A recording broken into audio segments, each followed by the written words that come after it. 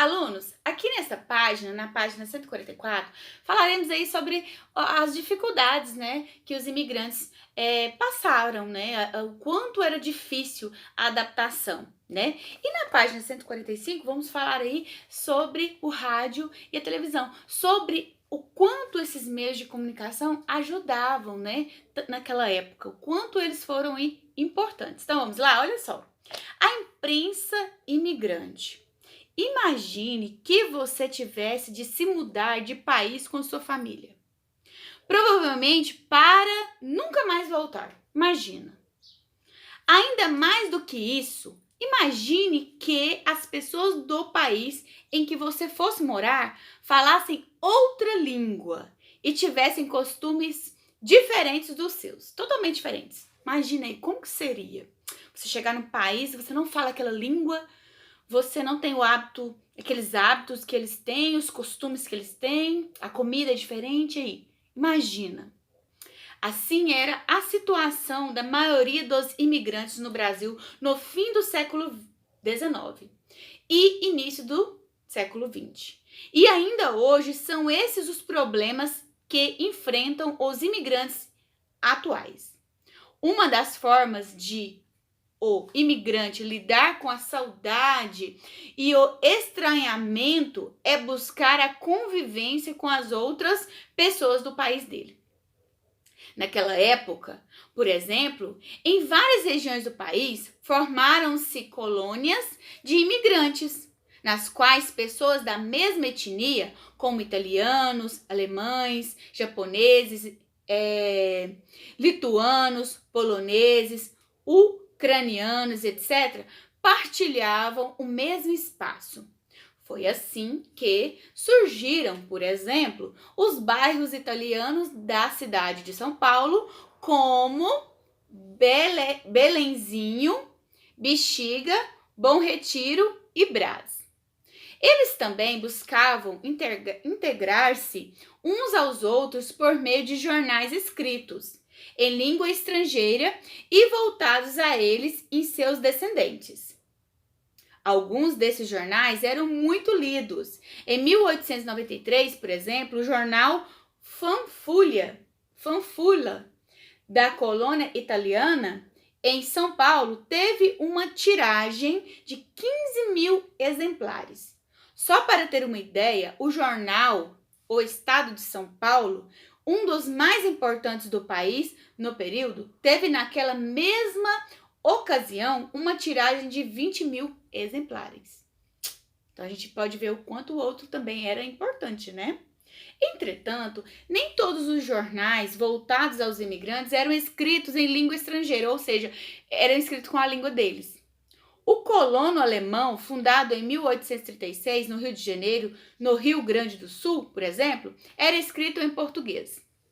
No início do século XX, esses jornais cumpriam uma importante função política, pois publicavam notícias de interesses dos operários. Assim, em épocas de greve, esses pequenos jornais ofereciam um ponto de vista bastante diferente do apresentado pela grande imprensa. Ou seja, esses meios de comunicação eram muito importantes porque aí, né, eles aí tinha o objetivo também de unir essas pessoas, né? Porque elas conseguiam aí pelo menos ler. Mas, como a gente viu aqui, tinha jornais que não eram escritos, né, na língua deles, né?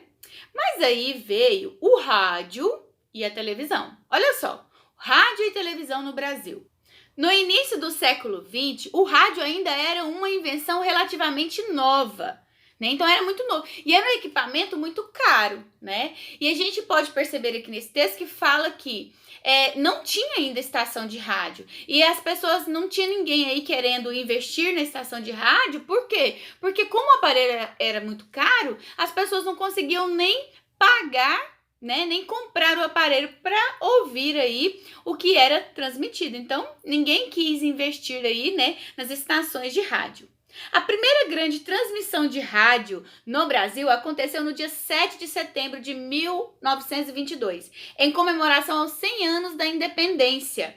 E aí, o que acontece, né? Estácio Pessoa, né, na época o presidente da República, fez um discurso que, graças, né, às potentes antenas que estavam lá no alto, né, do Concorvado, o popular morro, né, da cidade do Rio de Janeiro, alcançou ali, né, Petrópolis e Niterói, né, no Rio de Janeiro, e a cidade de São Paulo. Cerca de 80 aparelhos de rádio haviam sido trazidos, olha só, dos Estados Unidos e espalhados por essas três cidades. Muitos deles em locais públicos, para todas as pessoas aí ouvirem, né? No início, as transmissões de rádio destinavam-se a poucas pessoas e as emissoras contavam com a mensalidade paga pelos ouvintes, ou seja, a pessoa conseguia ir ouvir a programação, porém ela teria que, pagar. A programação tinha função educativa e cultural. Na década de 1930, as leis brasileiras permitiram que as emissoras veiculassem comerciais ao longo da programação, ou seja, poderia ter aí algumas propagandas, tá? Assim, com o dinheiro pago pelos anunciantes, o rádio tornou-se um negócio lucrativo, popularizando-se, além de músicas, né? As pessoas ouviam programas de auditório e radionovelas, ou seja, as novelas eram transmitidas pelos rádios, isso mesmo. Os noticiários também atraíam bastante interesse, como o Repórter Esso, especializado em notícias internacionais. Por volta de 1950, a televisão surgiu no Brasil. Com a criação da TV Tupi, no início, toda a programação desse canal tinha de ser improvisada, pois não havia gravações. Tudo era feito ao vivo, menos as imagens dos noticiários. As reportagens eram filmadas e os filmes eram transportados de avião e revelados às pressas, para dar tempo de aparecerem no noticiário. Que interessante, né, pessoal? O Repórter Esso, que já existia no rádio, passou a ter uma versão para a TV. Então, além do rádio, ele também passava aí na TV. Mais tarde, foram desenvolvidas técnicas de gravação e a programação da televisão passou a ser mais profissional.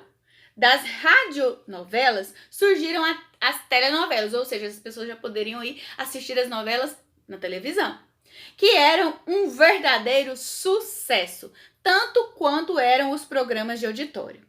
Assim como os jornais, o rádio e a TV tornaram-se importantes formas de comunicação e de formação da opinião pública, além de ser aí excelentes meios de informação. Isso mesmo. Então agora, pessoal, na página 146, vamos falar aí um pouquinho sobre comunicação e interatividade. Vamos lá? Eu tenho certeza que vocês irão gostar desse assunto. Então espero por vocês na próxima videoaula.